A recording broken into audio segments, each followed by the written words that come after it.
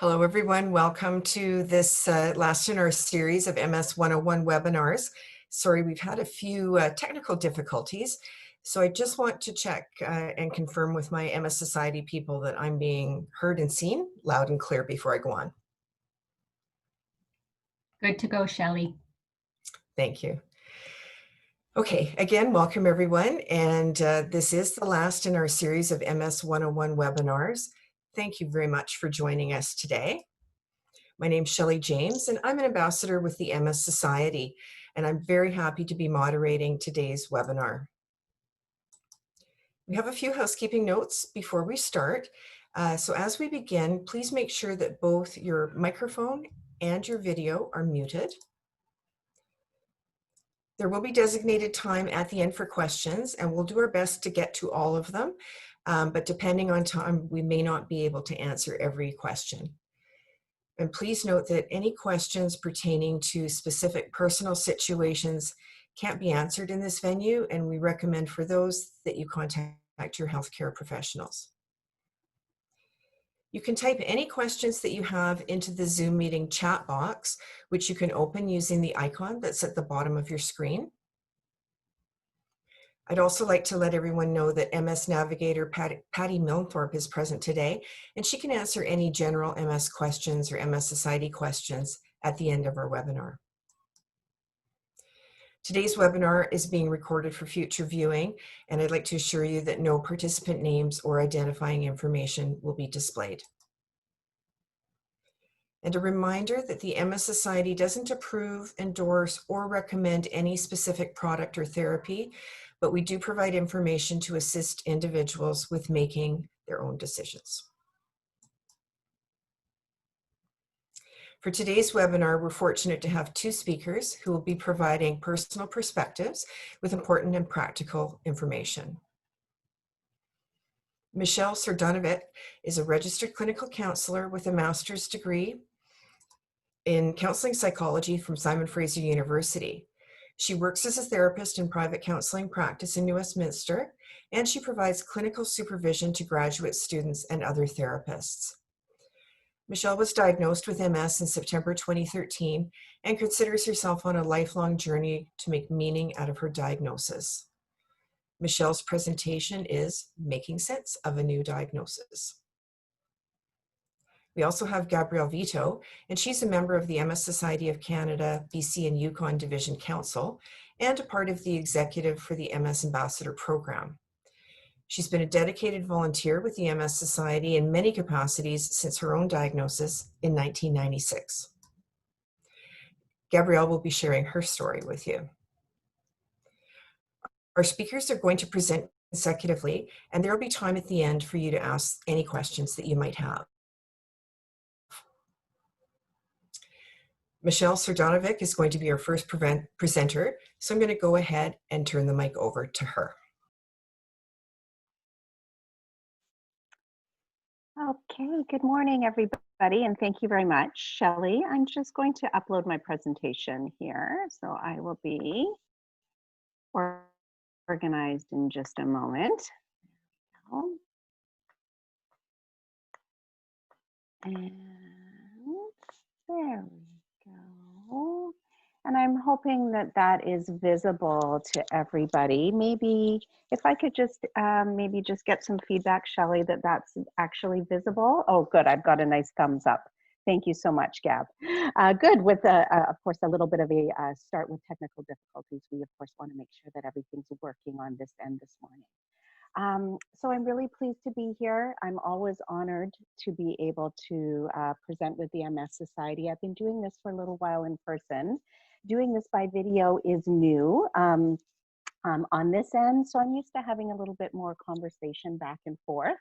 I'm hopeful that even though we're in this different format, that you're comfortable at home, perhaps still in your pajamas with a cup of coffee or tea. And certainly the fact that you can be kind of anonymous might also be helpful as well this morning. So I'll be presenting, I think our timeline is for me to present for about 40-45 minutes. And I look forward to answering any questions at the end of this presentation. So what I'm going to be focusing on today, and this is a particular interest to me, just given I've kind of got the two hats of being a therapist and being a person living with MS, is the emotional impact and psychological impact of being diagnosed with something like MS, and how you can actually live your best life, process through some of the difficulties and emotions that may arise with that diagnosis. So as mentioned in my bio here, this is a picture of my own support team when I was first diagnosed with MS in 2013. And I also attended a presentation put on for newly diagnosed folks with the MS Society, which was really helpful as well. When I attended that day, I thought once I had sort of my own ducks in a row, that I wanted to be able to contribute back with some information on this particular topic around the emotional and psychological impact of diagnosis. Given that I'm wearing two hats, I'll kind of weave in and out, talking a little bit about psychological theory, how we might work with our emotions kind of from a counseling perspective. I'll be talking about some of those pieces, as well as talking a little bit about my own personal experience. So I'm going to briefly talk about models in psychology in terms of how we understand adjustment to chronic illness. But the model I'm going to rely on the most is one that actually just gives us a framework for understanding the impact of diagnosis. And I'll be talking about our own experience of having endings, of kind of feeling like we're in limbo, which is when we're working to try to better understand the decisions that we have to make, and then kind of finding a new normal. And so this is the framework that I'm going to be talking about today primarily. So you may have seen this model before, and I'm just going to make reference to this briefly. It's been popularized a lot in culture, and this research was actually done by Elizabeth Kubler-Ross in the late 1960s. It's more commonly known now as a model of grieving or bereavement, if you've seen this before. What we actually know is the original research done by Elizabeth Kubler-Ross was on folks that were diagnosed with chronic illness. And the kind of stages that they would go through to come to a place of acceptance. And so there's some really helpful things that we still know to be quite true in terms of how we might be impacted. But there's also a lot of other research in the field that lets us know and better understand the impact of being diagnosed.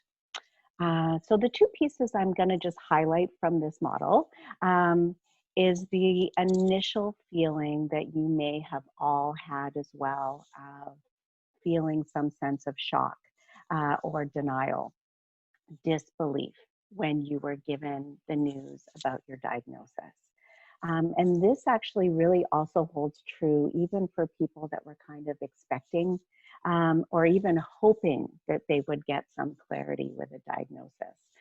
So even if there's some anticipation, there's still often a sense of being a little bit outside your body initially when you get that information, not being able to digest all of what it means at once.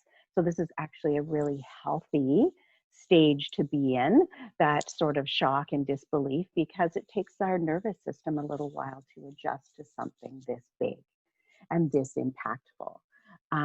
So I remember my own moment of diagnosis, as you may remember yours as well. And mine was at Burnaby General with my neurologist at the MS clinic there. And I remember leaving the hospital and just really feeling like almost surreal walking to my car. Another thing that can be really common is waking up the next morning and then having a moment where you feel like none of this happened, and then all of a sudden it hits you again. So this is very common. This is denial and shock, which is an initial response often to big news. The other point that I'm going to make about this model is that it kind of points to this idea of acceptance. And instead, what I'm going to focus on today, rather than learning to be okay with being diagnosed with MS, is learning how to live with that diagnosis and live alongside it in the best way possible. For some people, that doesn't quite feel like acceptance. So the model I'm going to rely on instead in my talk today is just this model of transition. And the idea here is that when you are diagnosed with something like MS, you have no option but to kind of make some changes in your life. You are moving away from what you knew about your familiar life. And the initial process that we tend to go through does nod to or point to some kind of ending around what was familiar. So often people do report some sort of loss. And so we're going to talk about the endings that we might experience initially with diagnosis. And then we're going to work our way around this model, noting that on the inside of this model, that there is often a change in who we are. So if there's a certain way that you identified yourself, whether that was, as an extreme athlete or someone who was a really hard worker and worked overtime and worked extra hours, your body and your identity may have to shift a little bit given our diagnosis. So at the center of this process certainly is a bit of a change in who we are, and we have to make those adjustments. So let's start by looking at some of the endings that you might experience. And I really like this quote because I think it speaks to some of the messiness of all of our emotions at the sort of initial processing of what this all means. And so you may be familiar with Selma Blair. She's been more recently diagnosed with MS, and there's a few celebrities actually that have spoken more publicly about their own diagnosis. Selma Blair is one of them.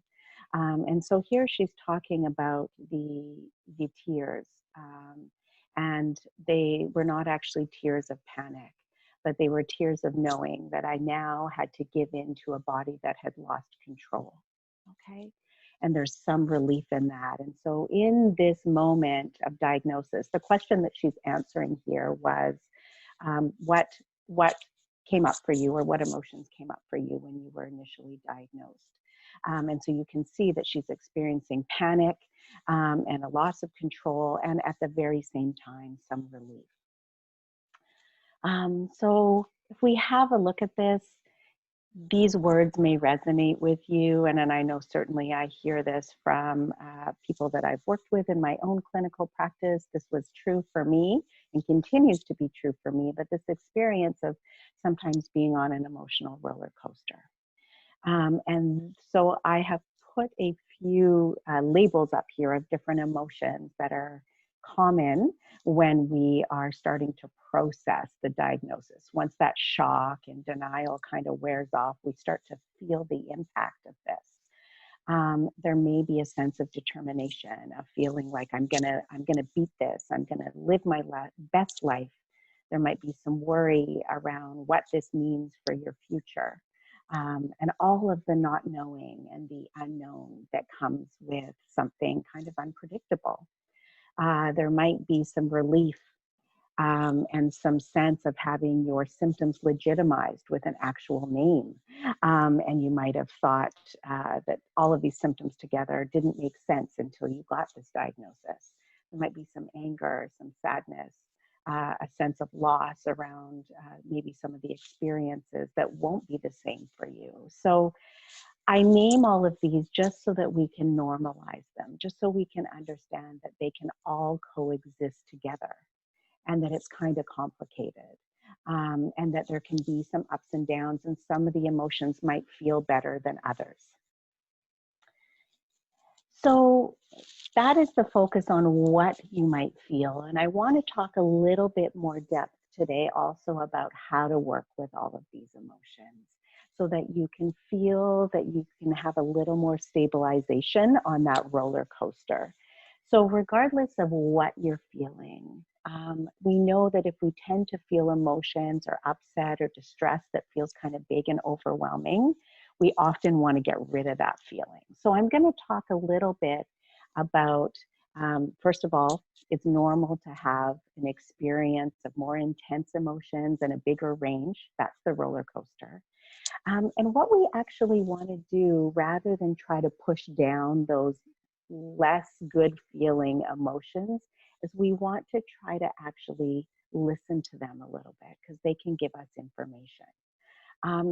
So something really helpful to think about is actually all of our emotions can give us good information about what we need.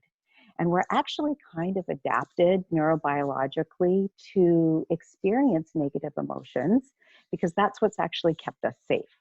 So if I was just going to generalize and talk a little bit about cave people way back in the day, the point I'm making here is that if we didn't feel fear, we wouldn't know how to keep ourselves safe. And so negative emotions kind of get a bad reputation. We often want to suppress them, get rid of them. And what I'm going to encourage you to do is to try to actually pay attention to them, because they're letting you know what you might need, right? And so when you're on this emotional roller coaster, if you can kind of pay attention, tune in, try to identify what that feeling might be about, it can let you know what you might need to do next. So for example, I can talk very briefly about how I felt over Thanksgiving weekend. We are all coping, understandably, with the isolation and difficulty of the global pandemic that we're in, on top of your MS diagnosis. And, you know, in terms of taking care of ourselves, I'm certainly, because I'm on immunosuppressants, not seeing a lot of people. Thanksgiving was pretty tough. I noticed I felt really low. And so the most important thing we can do at those moments is actually check in. I tried to pay attention to what that feeling low was about, and I noticed it was lonely, right? And so in that, it gave me some information around needing to connect with other people, even though we have to do that differently. If I ignore that emotion, I'm not going to listen to it and know what I need to do next. So this is one of the ways that we can work with emotions. And certainly we know if those emotions feel too big and too out of control, if we're too panicked, or we're too shut down, it's really, really hard to pay attention to how we're feeling. And so here are some ideas and tips, and I'm not going to go over all of these in detail, just given our time today. But if you notice that your volume knob on your emotions around this process of being diagnosed is either too high and you're in a lot of distress and panic, we want to work on turning that volume knob down, trying to integrate breathing exercises, progressive muscle relaxation exercises, things that can really calm your nervous system, integrating yoga or meditation. So noticing on this side of the screen here, we're talking about calming our emotions and our nervous system. If we notice we're not feeling anything, that's an indication that we might be really shut down. And so we want to try to move our body to get our nervous system kind of back up and running, going for a walk, being outside, doing something to kind of keep us moving or doing movement. So that's a little bit different than calming down our nervous system. I'm going to talk more about some strategies for living with MS in this presentation, but this is just a brief introduction to some of the ways that we can take care of our emotional health. So in counseling, just a quick nod to what I'm talking about here. I like to talk a lot with my clients and pay attention to my own nervous system and what it's doing. And so this is the theory behind what I'm talking about. We're trying to keep our emotions in this place of tolerance. And in counseling, we call it our window of tolerance. But if we get into hyperarousal, or where we're like really in a state of not being able to calm down, or hypoarousal, we want to be able to try to regulate accordingly. So this is what I'm talking about for any of you folks that are interested in the backstory or research around that. So in the process of those endings, I've kind of focused on the emotions that might kind of come up. One of the things we're confronted quickly with then is this feeling of often being in limbo. We've got all of these emotions. We're on this emotional roller coaster. We're trying to pay attention to our emotions, regulate, stay grounded, see if they can give us some information about now what. Now what do I do now that I've been given this diagnosis? And there's a real process, understandably, of kind of feeling in between. I don't know how I'm going to live my life, but I know it's not the same that I was before my diagnosis. And this is what this beautiful theory calls in limbo. So this is where we're both in a place of action. We need to do things. We need to make decisions. Do I talk to my employer? Should I go on medication? But we've got a lot of uncertainty. We don't know enough yet about our body and what we might need to do. And so what I like to think about here is certainly we have had to relinquish some control. There's some things we no longer have control of, but we still have agency. And so agency, I'm going to briefly define here, is agency is where we can still act upon something, even if we can't change it. We can still tweak it or do a little something to make it a little bit better or a little bit easier, even if we can't control everything that we might be experiencing.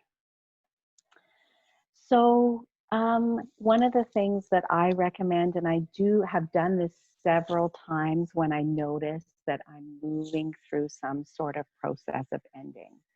So for example, one of the things that I had to give up, and this is just a small ending that I had to grieve, but I had to grieve the experience of doing hot yoga. When I was first diagnosed with MS, or actually prior to my diagnosis, and I was starting to really not feel well. I had a lot of immense fatigue.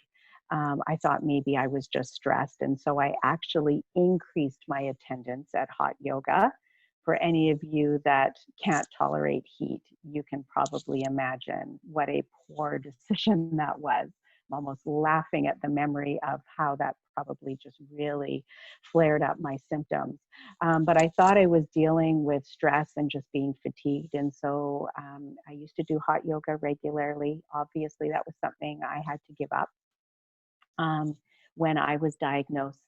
And that was something I really, really mourned. And I know it was because I lost control of the one thing that I felt I had a relationship with that helped me cope with stress. And so I got really mad. I had all of those emotions that I talked about. I had an emotional roller coaster. I had a day of tears in a parking lot outside a yoga studio. And one of the things that could help ground me again is starting to realize that I still had some agency. And so at that time, I made a list of things that I don't have control of anymore, right? And I don't have control of how my body reacts to heat. That went on the list. But I do have control of finding different ways to move my body and take care of my fatigue at the same time. So sometimes making these lists of what I've had to give up, what I no longer have control of, but what I still have control of, can help us sort out what we might need to do next. So we have to actually make some adjustments when we are giving up areas of our life we no longer have control of. And so making that list can be really helpful. And I'm going to talk a little bit about some of these areas. You may be facing them as well if you are noticing you're really also feeling in limbo right now. But in our relationships with others, these are some of the places that we have to make decisions and adjustments. You may be in a process of deciding who you want to tell about your diagnosis and when you want to tell them and how you tell them. You still get to decide this. We don't have control over the diagnosis, but we do have control over who we let in terms of who knows about how we really feel and who knows if we're having a bad day and how we talk about our MS to people.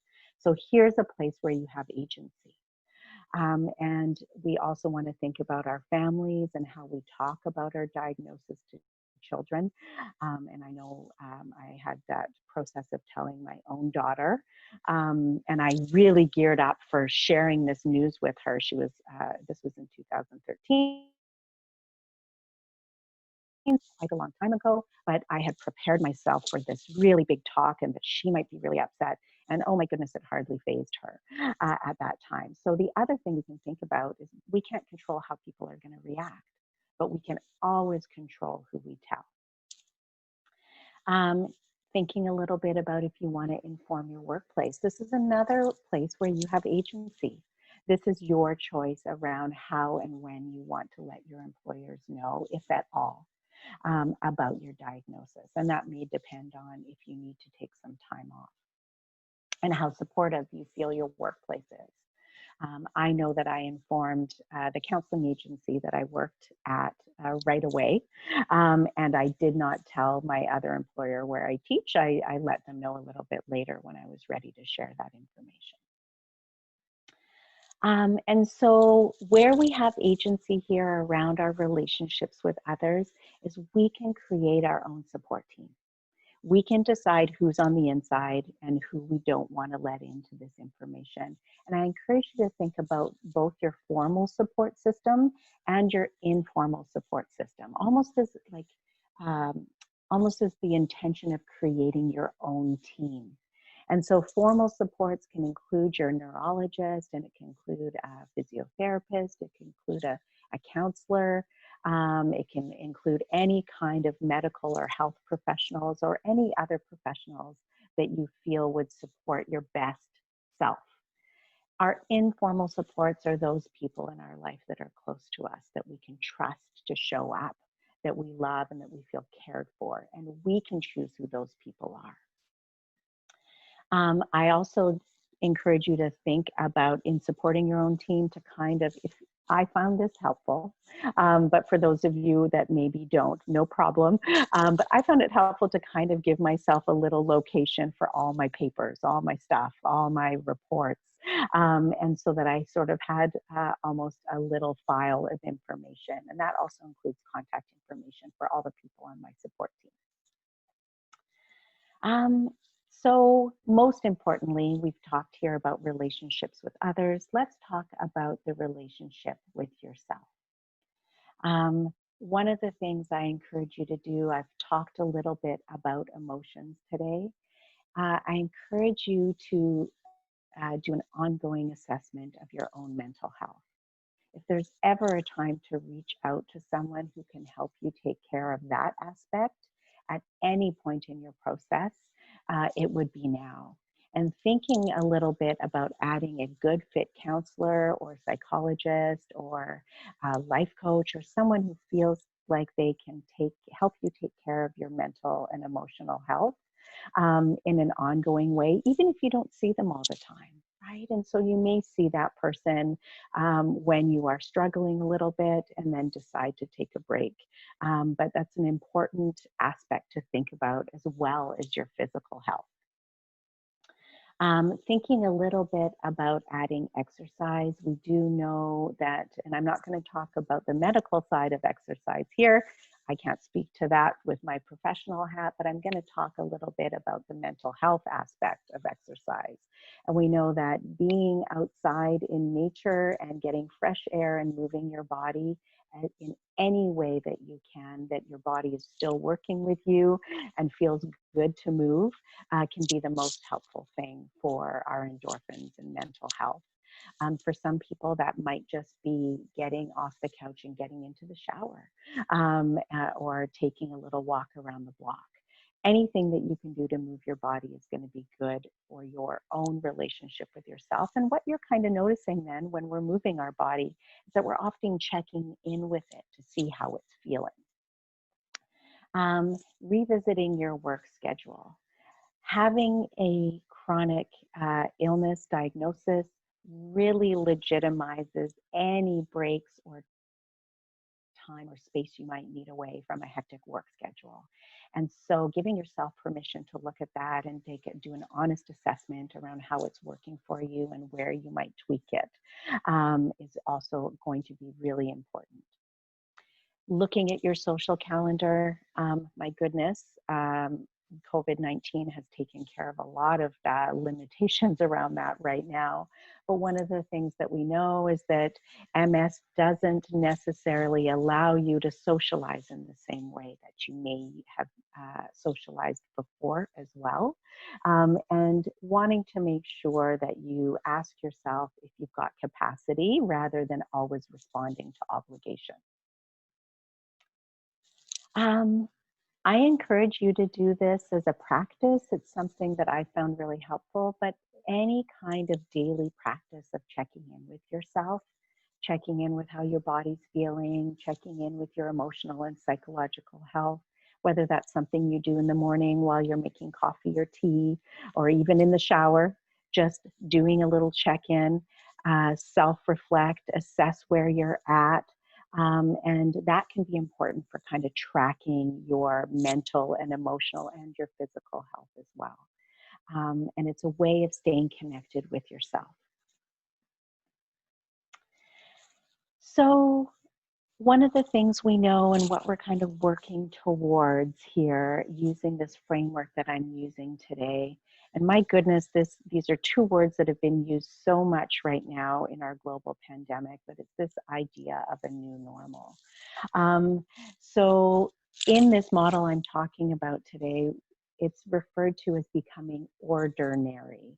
And you may notice the word order here, and this is actually done on purpose. The idea here is that we're moving from feeling kind of scattered, overwhelmed, that emotional roller coaster, having a sense of not really knowing what we're doing, to a sense of feeling a little more order and stability in our life. And that's where the words becoming ordinary come from. So over time, we can begin to integrate this diagnosis into our life. We've absorbed the news kind of like a sponge absorbs water, like it's really kind of integrated. We've recognized that this is our new way of living. And we have a sense of almost kind of feeling normal again. Like this has become a part of ourselves, hasn't taken over who we are, but we've integrated it into our sense of self and identity as part of who we are. And we may have even actually found that we've grown, we've learned things about ourselves. We might feel more capable in ways that we didn't know. And so this is sort of, and I'm going to hold this as an ideal place in living with MS. And we lose this place sometimes too. There may be new symptoms, there may be something difficult that happens in our life that puts us back into having some kind of ending again. And so moving through this process over and over as we live with MS is entirely expected. So the idea here is that I'm required to live with MS. How will I do it? Right? And this is the question that we are constantly working through. So this is where we're at in our model here, just to locate us. And I've kind of spoken to our sense of self and our identity. And so I'm going to talk a little more now about some of the ways that we can look at living with MS in a long-term way. And how we can integrate that. And this may not feel like where you're at. And that's absolutely okay. You may locate yourself somewhere completely different in this model, right around the ending place, if you've just been diagnosed quite recently. So I'm going to call this the ABCs of living with MS. I love myself an acronym. It makes me feel organized, as though I have some idea of what I'm doing. But it also just helps us understand the things that we want to think about as we are living with this diagnosis.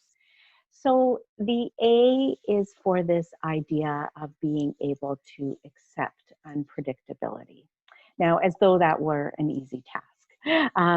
This goes back to this idea of having to relinquish some control. One of the things that we actually know is that living with MS and the symptoms that may arise are actually not predictable.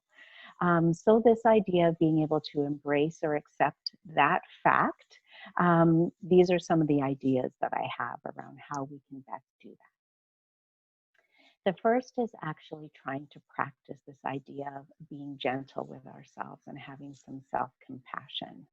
Um, what we're doing on a day-to-day basis is practicing living with MS. This is absolutely new. We are not necessarily going to be good at it all the time. And we don't know what it's going to feel like day to day. We don't know how MS is going to emerge or show its face on a day-to-day basis. So we are always practicing and learning and growing in terms of finding better ways to live with an illness that actually does change over time. And it requires us to continually adapt as well. So we are really developing different kinds of muscles, right? That almost require us to kind of keep up with how MS is showing up for us. So this is why we want to be gentle. We're never going to probably feel like experts at this, right? And understanding that there's going to be ups and downs. And if you are going through a process of feeling really down, that is expected, it is normal. We want to reach out to our support team, use our best resources to be able to process through that time. And then we may have feelings of, I've got this. I know what this symptom means, and I know how to make this feel a little better. I've got just the right balance with my work schedule, or I've got just the right exercise program that I'm in, and then things may change. And so the way that I see it, and it's kind of hard to stay on top of this sometimes, but every time we experience that ebb and flow, we are developing a resiliency muscle. We are learning something new about ourselves if we're paying attention, and we can develop that resiliency muscle over time and start to trust that those low periods or those periods of feeling immense loss or instability are going to pass, and that we'll get a hold on things again. And so that is the process of really living with and being able to accept that unpredictability that comes with our diagnosis. The other next letter that I'm going to talk a little bit about here in terms of our ABCs and living with this new normal of MS is a new relationship with our body. And so our body is going to let us know how we're doing. And for those of you that haven't paid too much attention to your body, I know I was one of those people. As a therapist, I worked a lot with emotions and cognitive processes, all neck up. So being able to pay attention to what your body is doing, what your symptoms are, and your cognitions in terms of how your MS might be affecting your cognitive processing, that's going to be all really important. And so your symptoms will tell you what you need, and so we want to pay attention to them. This is why I find that sort of daily kind of paying attention, just that little check-in, how am I doing? What's my body letting me know it needs today, can be really, really important. One of the things that I was absolutely guilty of before my diagnosis, and this is an ongoing practice for me, is that I used to look at my day and say, what needs to get done? So I might have had a list, I might have had work tasks. And one of the things I encourage you to think a little bit about is rather than looking at what needs to get done, you want to actually check in and say, what do I have the capacity to do? And compare that to what needs to get done. So instead of tracking a to-do list, I try to track my energy blocks instead to make sure I'm allocating my body energy to things that I value.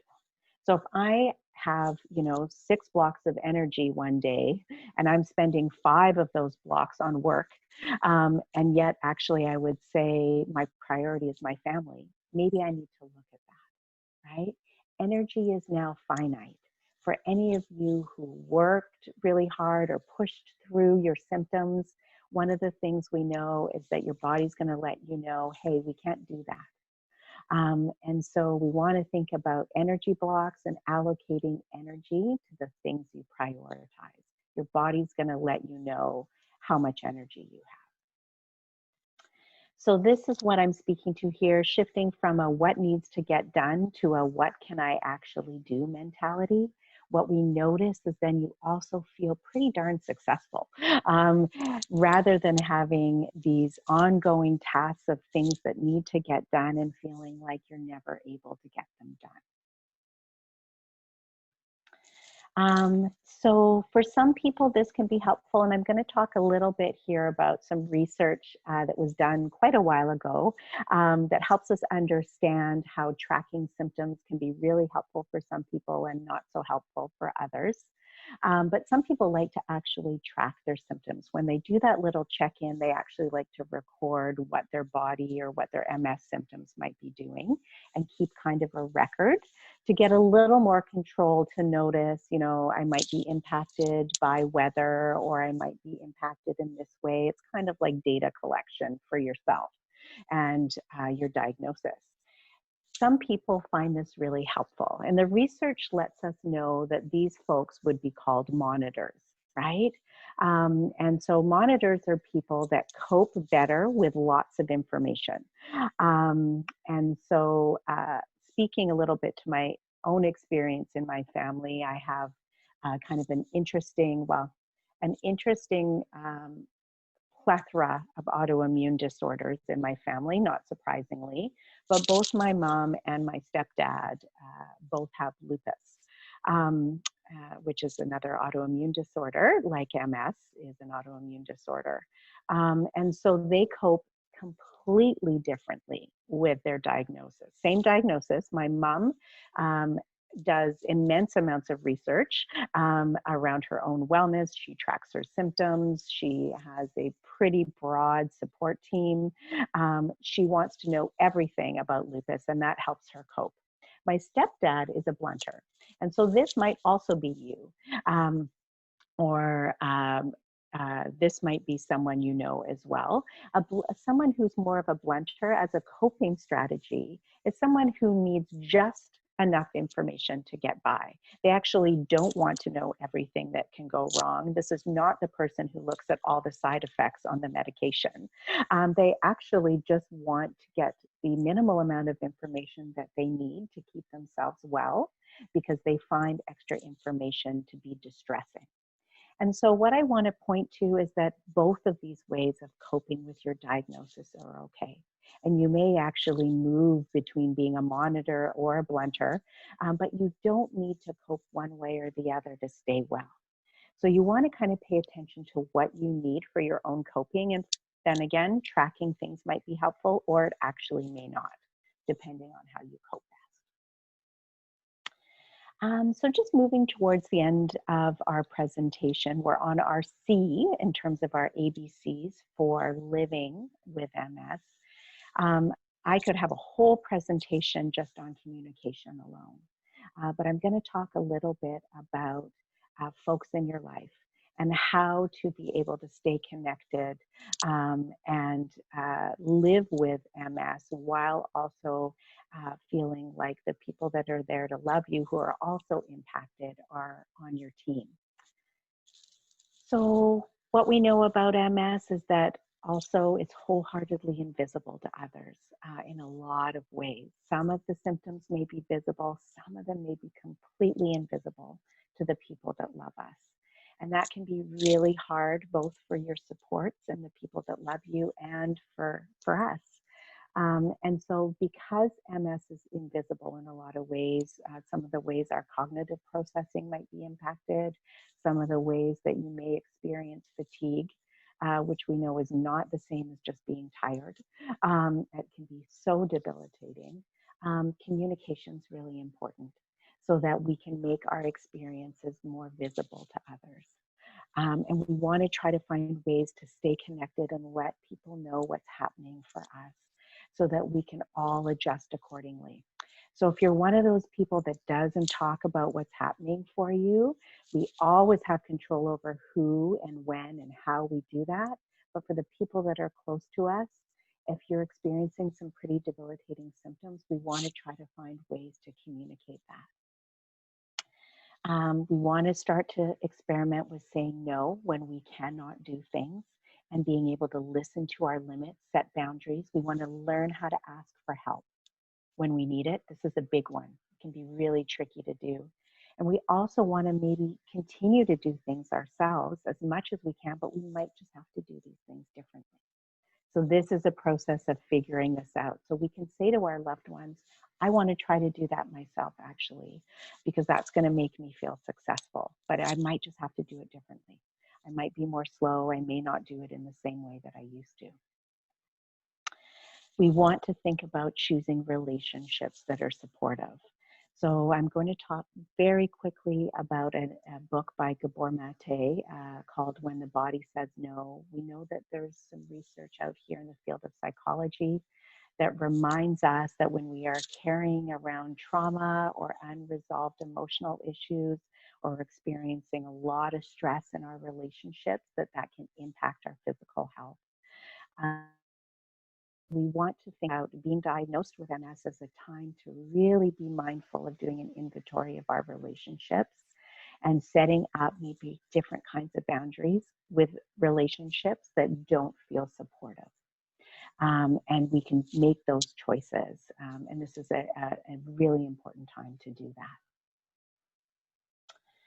So as we wrap up here, I'm just going to sort of highlight very quickly what we talked about in this talk today around making sense of your diagnosis and what you might experience. We're going to be navigating that emotional roller coaster, and then we're going to be using our agency to make decisions, listening to our emotions as much as we can so they can help us make those decisions. And then we're going to think about integrating those ABCs, accepting unpredictability, increasing our body awareness, and paying attention to our communication and finding ways to communicate as we integrate this chronic diagnosis into our lives and adapt in terms of our own identity. I am leaving here, and I'm not sure if you're going to have access to this presentation, but I'm leaving here as part of this some excellent resources that I'm going to recommend. And these, my goodness, I remember when I started doing presentations, I used to leave sort of handouts, but now I'm actually leaving a list of apps. And so all of these apps that I'm recommending here can help in different ways. Some of these are symptom trackers, Manage My Pain. Some of these are designed. Mindshift is a great cognitive behavioral therapy oriented app for anxiety. Calm offers meditations and visualizations. So there's lots of great apps out there that you can download onto your phone that are free, that can help you take care of your psychological and emotional well-being at this time. I love this quote: goodbyes are often times of a new introduction to ourselves. And so I will wrap up my presentation with this quote, and I believe I'm going to be passing the mic over to Gab, who's going to be talking a little bit about her experience. And thank you for your time today. Wonderful, as always, Michelle. Pardon me. Thank you so much. I so enjoy hearing your presentation every time we do this, because there's such valuable information in what you share with everybody. So thank you very much for having me here today. Thank you for being here, to everybody who is zooming in from all over the country. It's morning here on the West Coast. My name is Gabrielle Veto, and I'm coming to you from the beautiful little town of Parksville on Vancouver Island. And it's my job today to share with you my journey with MS. And I'm happy, of course, to answer questions at the end of today's session. So my first slide today here, I've just outlined at the top a little bit about who I am and all the roles I play in life. I'm a person with MS. I have a diagnosis of relapsing remitting MS with the onset of fatigue. I'm a wife, a sister, a friend, a daughter, an aunt, a neighbor, a niece, a student, a chorister, an agility partner, a volunteer, and a citizen. So I just want to outline that even though you or someone you know may have a new diagnosis of MS, it doesn't change necessarily all those roles you have in life. Some of those roles may be altered, but you still are all those roles in life. I myself was diagnosed back in 1996, and I've been volunteering with the MS Society ever since then. I have had to stop working completely back in 2003, and I've been home on disability since then. Like you, or people you may know, I was newly married at the time of my diagnosis, and I was working full-time in Vancouver, working hard on establishing a career that I loved. We can move on to the next slide now, Stacey. So there's an ancient picture of me.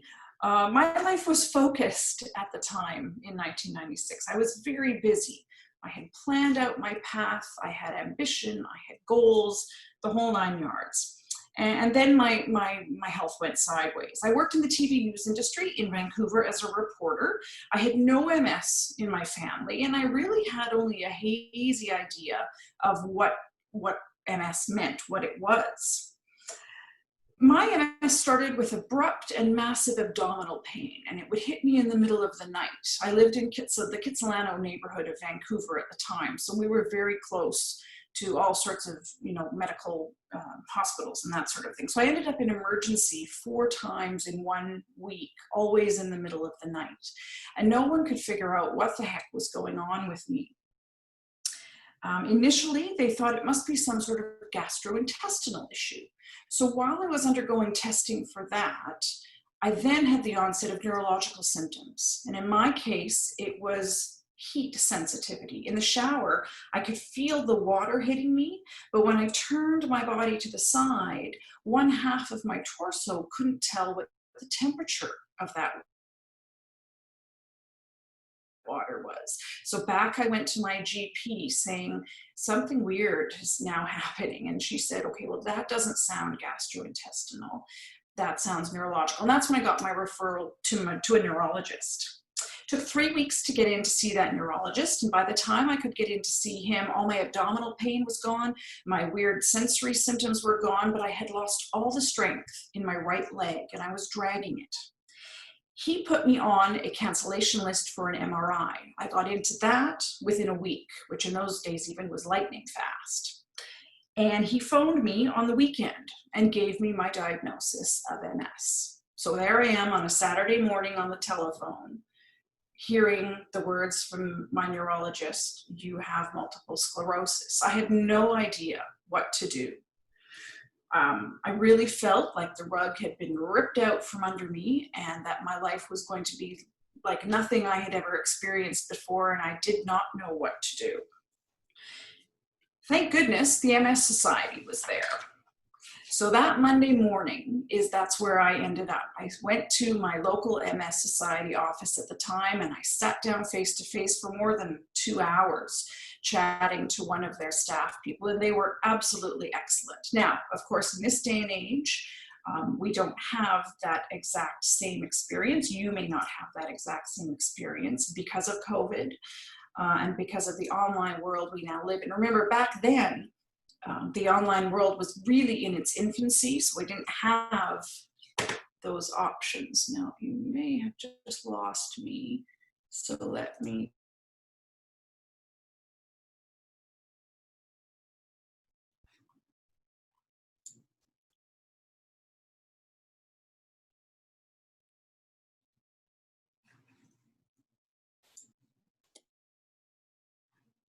We can still see and hear you, Gab. Oh, good. Yay. Thank you, Stacey. Sorry. My computer's just burgering out on me. There we go. Okay, good. Thank you, Stacey. My apologies, everyone. I sometimes have a Wi-Fi issue and you might lose me for a second, but if you can still hear and see me, excellent. So where was I? Monday morning, right? So Monday morning, after that weekend, I turned to the MS Society, and she was wonderful. So today, we of course have, through the MS Society, the MS Navigators. And to this day, I recommend to people who know of someone who's been diagnosed, or if you receive a diagnosis, this is one of the best resources to go to. We are very, very lucky in Canada, I think, to have the MS Society of Canada. It's an excellent, excellent resource. So to this day, I have volunteered with them for all these years, and I found it a really good place not only to go for help and support, but to meet other people, learn about their experiences with the disease, and also to use the skills you still have, because you can volunteer with the MS Society. So all those skills and experience I used and learned through my career, I can apply some of those to the MS Society, and I find that really, really beneficial. So this slide shows a few pictures of some of my work with the Ambassador Program, my own support team with my family and friends walk team that we've done every year since 1997, except one because I had to be away, becoming a godparent. I've emceed events. I've acted as spokesperson while I was still working. That ancient old picture in the middle is when I was still working in the news industry, and I would do PSAs and all sorts of spokesperson duties for the MS Society. So there's a huge range of skills that the MS Society needs from volunteers. So I really encourage people to look to that as a possible resource. So the next part I want to talk to you about, and which Michelle referred to as well, is the emotional roller coaster of MS. There is no question that every aspect of your life, it's beneficial to take a look at, to take stock of as much as you can when you or someone you know gets a diagnosis of MS. For me, in my personal story, it started by being blindsided by that initial diagnosis. Educating myself on options was crucial for me to staying as positive as possible. I tried a self-help group off the hop, and I quickly found that it was not the right fit for me.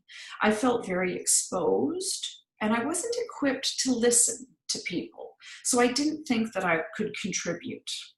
Counseling was the option that I chose, and it was a great relief. I could express my fears, my frustrations to someone who wasn't emotionally invested in me. I tried with friends and family initially as well, but I found some of them got even more upset listening to me, and I didn't want to make them upset because we were all upset. So while I felt like I was just making everything worse. So talking to someone who was a little bit removed was really, really helpful. The other piece of education I got early on was about choices and the realization that you're making more of them than you think you are. Getting told you have a serious chronic illness can feel like you have no more choice at all. Being here today, listening to this webinar, you're making a conscious choice. Through my work with the MS Society in the early years, I really got the opportunity to meet a lot of people with the disease. And I met some who were coping really well, and I met others who, in my judgment, didn't seem to have come to a place where they were as accepting of their diagnosis or as realistic about what they could and couldn't do in their life with their diagnosis. And it made me realize how I did and did not want to live, and what could I control to help myself get there. The other thing I realized early on was around timelines, and that there are none. With chronic illness and the different people who get diagnosed with chronic illness, we all come to this point of diagnosis with different experiences, different education, and being different people. So no matter what you or a loved one or someone you know is going through, when you get a diagnosis with a chronic illness, you need to almost figure it out on your own timeline. There'll be adjustments and new phases as you cope with disease and the process that brings in changes to your body and to your life. And that is normal. I'm not crazy about that word. The new normal is how I've phrased it in my mind. And coming to grips with your new normal as that normal may change through your diagnosis and through your life is in itself normal. And it's okay to be doing that on your own timeline. Before I had to stop working completely, I did change jobs within my company. They were extremely supportive. I was very open initially about my diagnosis. I told everybody and their dog about what I had. So I got physical aids to help me within the newsroom setting. I got the opportunity to go into a different position. So I moved from being a reporter to being a producer. So a position that's much less physically demanding. So I didn't have to be out and about on the road all day. I could be in the newsroom.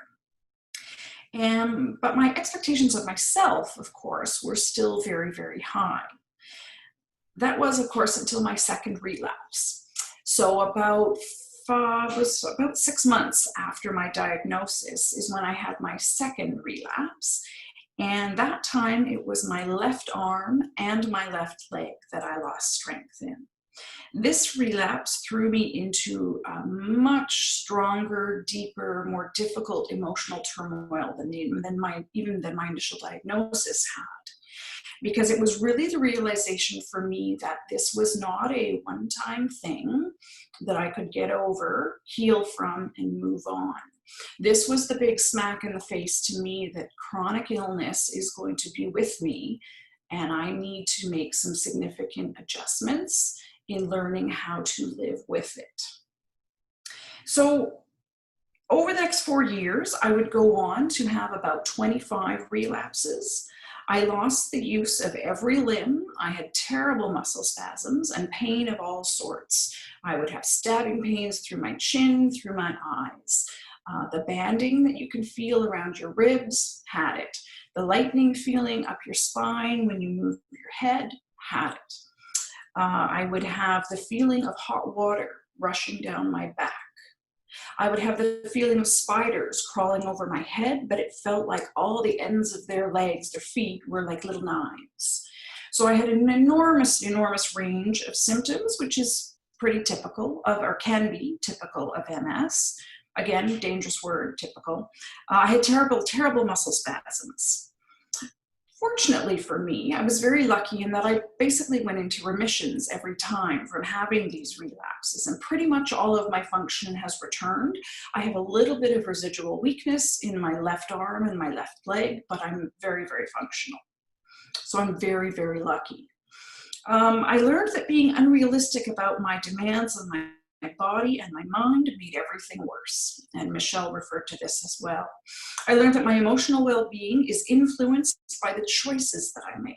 Again, it comes back to realizing what you do have a choice over, and that emotional turmoil, if I let that get too negative, then everything snowballs and my whole life, my physical being, my ability to function is all affected. So this is one of my favorite quotes: when you can't control what's happening, control the way you respond to what's happening, for that is where your power is. Much easier to say than to do, but it's really one that I've tried to work on because it's really, really important.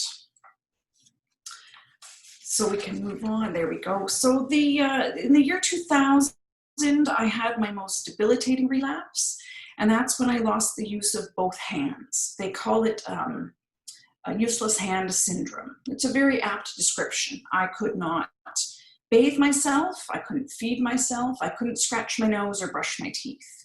And this was when my neurologist at the time said, okay, Gab, I think we need to talk about you going on drug, as it's called.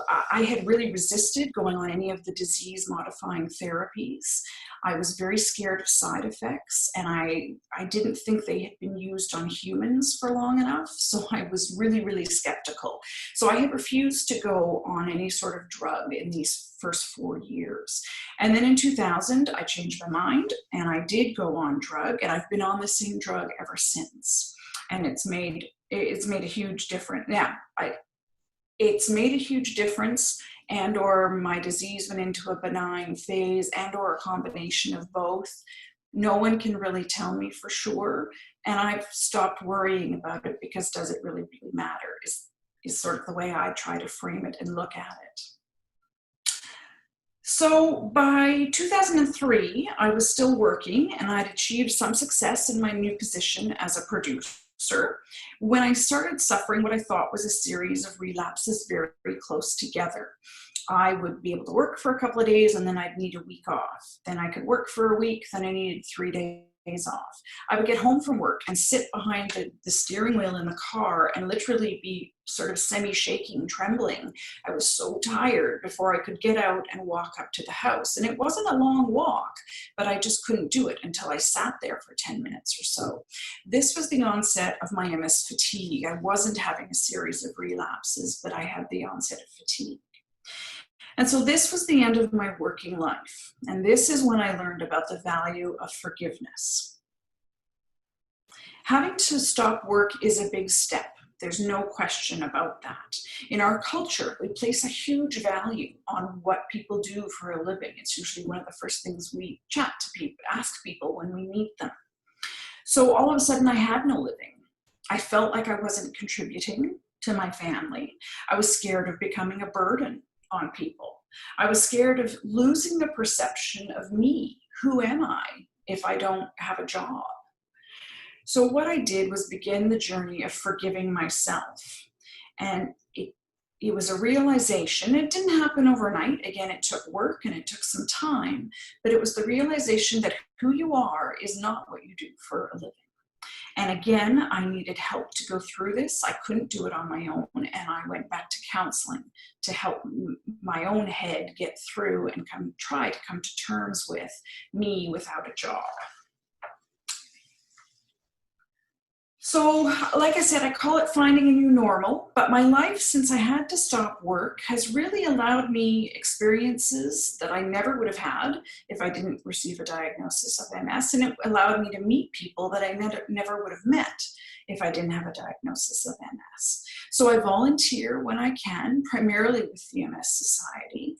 I sing in a local choir. My husband and I travel when we can, and we have 2 dogs. Not everything has been perfect. There's no question about that, but no one's life is perfect. Very few people that I've met have a perfect life. So through all the ups and downs, I've worked hard at creating a fulfilling life that I can manage. And that's been the key for me, is coming to terms with what can I manage, what do I enjoy doing, what do I want to do, and trying to mesh those together. Sometimes it takes a bit of trial and error, and sometimes it takes a bit of courage, but it is doable. So these are some of the pictures of traveling, meeting with friends, and of course my fabulous dogs, and doing agility with them. And finding what you can enjoy to do and still can manage to do, I think is crucial to not only your physical well-being, but more importantly, your mental well-being. So again, more pictures of Gab's life. I surround myself with people who are a positive influence. That's been another real big one for me. And I find activities that contribute to my life and happiness. For instance, this is going way back to our first dog. He's now an old timer of 14 and a half. But when we first got him, you'll see a couple of these pictures of me napping with the puppy, because I really, really thought, oh gosh, now we've bitten off more than we can chew. Once I'd been off work for a couple of years, my husband said, okay, you're stable now, honey. Can we get a dog? We've always wanted a dog and you're home now. And so we did. And for the first couple of months, I thought it was going to be too much, because anybody who's had a puppy knows how much work they are. But I did it, and we got a second one, and next month we're getting a third one, because just once you get one, you can't stop. So it's been incredibly valuable, and the value of having pets for me has far outweighed the work that they are. So I want to close today with a word about hope. Hope is crucial to everyone living with a chronic illness. But I've also met people so consumed by hope that they forget to live in the present. And in my observation, this is a negative outcome. I call it living with hope, not in hope. I want to live with hope. I'm hopeful all the time for the future of MS treatment, but I always want to balance that with living with what is available to me now, what I'm capable of doing now. I don't want to have the life I can have pass me by because I'm so worried about or hoping for something better. Striving for that balance, I think, is crucial to my positive mental health. This outlook has helped me navigate the scary times and stay optimistic about the reality of my situation, my health, and the future. So I plan for the future as much as I can. I live in the now, and I really work on having flexibility and resilience to adapt to life as it changes. And so this is another one of my favorite quotes: beware of destination addiction, that preoccupation that the idea of happiness is always somewhere else, be it the next place, your next job, your next husband, whatever. Until you give up that idea that happiness is somewhere else, it will never be where you are. So having MS has significantly changed my life for me and thousands of people like me. I'm very realistic that I was very lucky in that I had a full-time job with full benefits when I was diagnosed. But I've tried to recognize that what is still my choice, and make those choices that I still can, to forgive myself and find balance in what I do in life, being realistic with my expectations, for all the fear and anxiety and uncertainty can be managed with MS, and people with the disease can lead fulfilled and meaningful lives. So I want to thank everybody for being here today, and again reinforce that you're making a choice just by being here to try and gather as much information as you can. And I hope that we hear some questions from all of you out there. So I'm going to throw it back to Shelley now, and hopefully we'll get to hear a little bit from some of you. Thanks so much. Thanks very much, Michelle and Gabby. The last two webinars we heard from experts, and it was super hopeful, but nothing beats hearing from people who are actually living with MS and understanding what they're going through. And one of people in the audience just said, thank you, Gabrielle, for sharing your life with us. I found it inspiring and helpful. Take care. So thanks very much. I do have kind of a question for both of you, and hoping you can address it because it's a big question. But during the initial diagnosis, let's say the first year after you've been diagnosed, because of the uncertainty and the overwhelming amount of information and wondering, how is your life going to change? What are my finances going to look like? Am I going to have this level of disability or this? So many thoughts swirling through your head, so much panic and uncertainty. How do you calm that storm? How do you get through that first year or 2 years? Is it just tincture of time, or what do each of you recommend? And I think I'll start with Michelle. You can go first. Okay. Thank you for the question, Shelley and Gab. I really enjoyed your presentation. I haven't got a chance to see you present. I just wanted to chime in with that, and it was really meaningful. So Shelley, your question a little bit about sort of managing those first couple of years and everything that arises. One of the things that I found really helpful, just in terms of a strategy to try to keep in mind, was to try to chunk periods of time into small little packages, which is, so if I thought about the rest of my life, I noticed if that occurred to me, like I thought about, I guess, will I be able to work in 5 years, or what will my mobility be like, or should I travel now, because what if I can't move my body in the same way? Like when I started to think too far ahead, I try to just shorten. I try to say, I'm just going to actually think about the next week. and that I found really anchoring, because one of the biggest experiences that I had was just feeling really overwhelmed by everything. So I tried to chunk my time frames into smaller pieces. And then I tried to give the other piece that I did was I actually gave myself permission to just be a little bit messy and mourn, rather than try to stay on top of things. So I watched a lot of Netflix, and I allowed myself to sort of zone out and feel a bit bad for myself. And then I would realize, okay, no, it's time to actually get focused and try to manage and deal directly with what's happening. So those were sort of two things that come up for me. That's great. Thanks. Gabby, how about you? So the overwhelmingness in those early days, I mean, I was physically very debilitated early on. So I can remember thinking, okay, well, I can't do this, but I can do this. So in those initial 3 weeks, this memory always sticks out to me, because when my right leg stopped working, before I could even get in to see the neurologist, we lived in an old 4-story walk-up old apartment building, and the laundry, of course, was in the basement, and we were on the top floor. And I would hop up and down the stairs, there's no elevator, on my left leg, because it was working, and going up and down with the laundry basket on my hip. And I just sort of focused. I don't think I could articulate it the way Michelle has, because I didn't have that level of education at the time, but I think I did focus in on, okay, this I can accomplish. So I'm off work right now because I'm not walking properly. Something weird is going on. I'm waiting to find out more information. What can I do? So I would hop on my leg that worked and get the laundry done, sort of a thing. And it's not an easy process. And if you're not coping very well, that's the lesson I would give is it's okay not to cope very well. I mean, I stayed in bed for days and days and days because I felt so crappy and nothing was really working. I could sort of, get up and totter my way to the kitchen and the bathroom.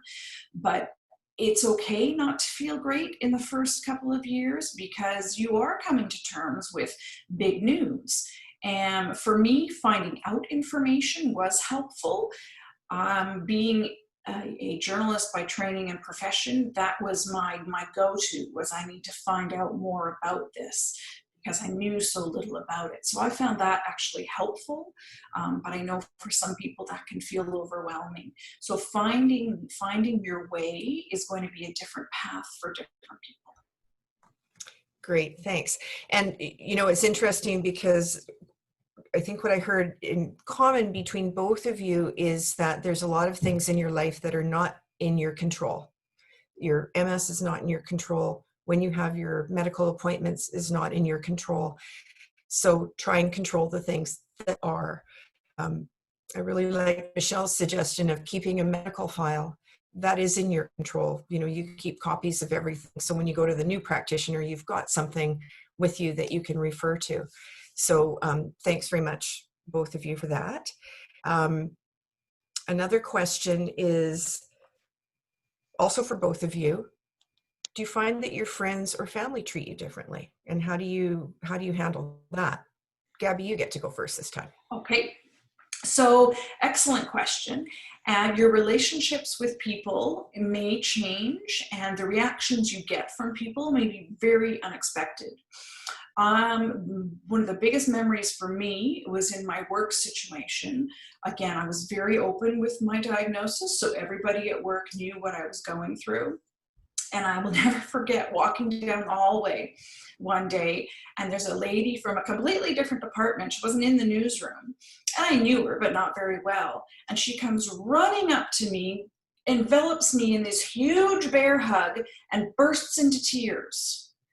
And I thought, what is going on? Because she had heard the news and she was so upset and felt so bad for me, and oh my goodness. And so of course I had to, I was comforting her just about to say, I'm okay, I'm here, I can still function, thank you, but I'm okay. Another one I had was someone that I worked with quite closely, and their reaction was, well, at least you don't have cancer. So I got the gamut of responses from people. From family, it was primarily concern and upset. And, I had my parents almost thinking, gosh, if you have to come home to live with us, and it wasn't really home because they had retired at this point to their retirement house. And so they were thinking, how could they adjust their home so that I could live there if I ended up in a wheelchair, blah, blah, blah, blah, blah. And so my sister was fairly practical about it. I have an older sister and a younger brother. They were both very much more of the practical, how can we help you, sort of a relationship. And we had a good relationship to start with, so I was very lucky in that way. But yeah, you will experience a gamut of reactions from what I went through, and sometimes you'll end up being the comforter, sometimes you'll end up being the educator, and sometimes you have to have a bit of a thick skin to not be hurt or offended by how people react. That's been my experience. Thanks. How about you, Michelle? I think, yeah, this is a really great question, because I think what comes up for me there is also thinking about how our loved ones are affected. And so I think we navigate that role of being the person who's diagnosed and having our own impact, and then thinking about the impact on others at the very same time. I have some stories that come to mind too, just like Gab did. I remember telling one of my friends, and I would unexpectedly, she burst into tears, and I ended up in that role of consoling. And it was very surprising to me. And I found out then that she knew someone with MS who had very quickly lost a lot of mobility and was in a wheelchair. And so that was her own association with what was going to happen to me next. And so then I found myself like in role of sort of information provider, as well as I'm grappling with my own diagnosis. So that's one thing that I remember. My own partner, my husband, we've navigated in our relationship and kind of grown intuitively to find a way to nuance this together. But he does, let me know if he's feeling overburdened at times. So this is the piece around communication. And we've sought out counseling to try to navigate this extra piece. It's me and him and MS now in a relationship. There's someone else in there sometimes. So that's the way that I kind of think about it. And the other thing that comes to my mind around relationships is even just with my mom. And I know sometimes her own worry about my health has meant that she kind of got back into parenting mode, even though I'm in middle age. And she wanted to like tell me things I should and should not be doing. And I understand. And it's really having compassion for like her need to control her own worry about what might happen for me. So lots of complexity there. It's been an opportunity to also deepen relationships for me as well. Great. Thanks, Michelle. Mm-hmm. We have time for one final question, and I'm going to ask Patty Milnthorpe, our MS Navigator, to weigh in on this one, because I think it might be best for her. And I'm just going to read it here. Do you have any difficulty explaining your symptoms to your healthcare providers? I feel like people get frustrated with me because I don't speak their language. I would not think of describing my stiffness as spasticity or my subtle coordination issues with accuracy using their technical terms. I just say my balance and coordination issues, and they don't seem to understand me. So I'm spending all my time researching proper neurological terms so that they will. So does Patty have any advice from the MS Society, or how to sort of go about speaking with your healthcare providers so that you have effective appointments and you feel like you're being heard? Yes, that's a really good question. First off, I want to say thank you, Gab and Michelle. Those are really wonderful presentations, and I got a lot from it. And it helps us moving forward as to what we want to provide people that are reaching out to us that are newly diagnosed. And it was very reassuring listening to you, knowing that we are providing a lot of the information that you spoke about. So back to the question about communicating with your doctor. Usually when we have a newly diagnosed person reach out to us, we have some wonderful booklets that we send links to. The first one's the How to Healthcare Guide, and it talks about getting a second opinion and referrals. So I think that that is very important when you're newly diagnosed, to learn how to do that on your own, advocating for yourself. The other one, and the most important one to answer this question, is called Working with Your Healthcare Team. It's a great booklet. It's about communicating with your doctor and getting the most out of your appointments. And it also, we send it with an attachment of a symptom and function questionnaire that we ask people to fill out and take to their appointments. A lot of times we'll give them that information even when they're awaiting their diagnosis. So Michelle was talking about that in limbo phase, and we have a lot of people that reach out to us that are in that phase. So we provide them with some stuff to do, I guess, while they're waiting. And I provide them information with about the MS Clinic, what to expect. We have a frequently asked questions section in that on our website. So I'll provide that. That helps them get rid of all those questions they've got in their head about what's going to happen when they go to the MS Clinic. So yeah, I think that would be the guide that I would provide them. So. Great, thanks, Patty. So I'm going to wrap up, and we will be throwing up a slide with contact information so that you can get in touch with the MS Society. But before we do that, I want to express a really large thank you to Michelle and Gabby for providing their personal perspectives. It was really helpful, comforting, informative. So thank you very much, you two. And so before we close, I just want to remind everyone that this is the last session in our MS 101 webinar series. And I want to thank everyone who's been able to join us. All 3 sessions have been recorded and will be available on the website post-event. Let's see, just use the search function and type in National Education Webinars. I'd like to remind you that the MS Society of Canada's Knowledge Network, which is staffed by trained navigators to answer questions related to MS. And you can see on this slide how to connect with them through phone, email, and live chat. We also have a peer support program, and this is a telephone and email program for individuals living with MS, but also for their caregivers and loved ones. It's great for people who need support on an ongoing basis, but we're also excited to introduce our new one-call stream, and it's designed for people who have a specific question or issue related to MS. And please give us a call if you'd like more information. I have a final note that you are going to be receiving a survey following this webinar series, and I encourage you to fill it out and let us know if this information was valuable to you. Again, a big thank you to Michelle and Gabrielle, and to all of you for participating in today's webinar. And many thanks to the behind the scenes MF staff who made all of this happen today, Stacy and Nancy. And my name is Shelley James. I want to thank you all. Have a wonderful weekend, and we'll see you again soon. Bye-bye.